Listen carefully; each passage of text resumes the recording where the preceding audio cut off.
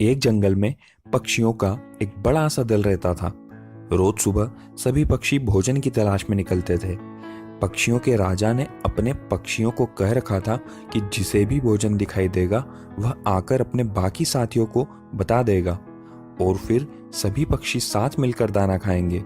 इस तरह उस दल के सभी पक्षियों को भरपूर खाना मिल जाया करता था। एक दिन भोजन की तलाश में एक चिड़िया उड़ते उड़ते काफी दूर निकल गई। जंगल के बाहर रास्ते तक आ गई। इस रास्ते से गाड़ियों में अनाज के बोरे मंडी जाया करते थे। रास्ते में काफी सारा अनाज गाड़ियों से नीचे गिरकर सड़क पर बिखर जाता था। चिड़िया गाड़ियों में अनाज से भरे बोरे देखकर बहुत खुश हुई, क्योंकि अब उसे और कोई जगह तलाश करने की जरूरत ही नहीं थी। अनाज से भरी गाड़ियां वहां से रोज गुजरती थी और अनाज के दाने सड़क पर बिखरते भी रोज थे। चिड़िया के मन में लालच सा आ गया।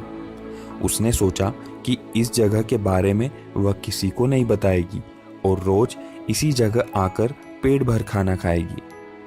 उस दिन शाम को जब चिड़िया अपने दल वापस पहुंची, तब उसके बाकी साथियों ने देरी से आने का कारण पूछा। चिड़िया ने एक झूठी कहानी सुना दी और वह किसी तरह जान बचाकर आ गई। उस रास्ते से तो इतनी गाड़ियां गुजरती हैं, रास्ता पार करना मुश्किल है। दल की बाकी चिड़िया यह सुनकर डर गई और सभी ने निश्चय कर लिया कि वह रास्ते के पास नहीं जाएगी।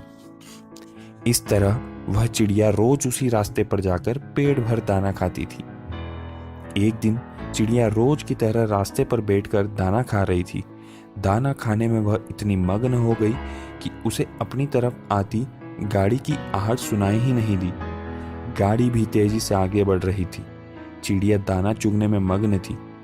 गाड़ी पास आ गई और गाड़ी का पहिया चिड़िया को कुचलता हुआ आगे निकल गया। इस तरह लालची चिड़िया अपने ही जाल में फंस गई।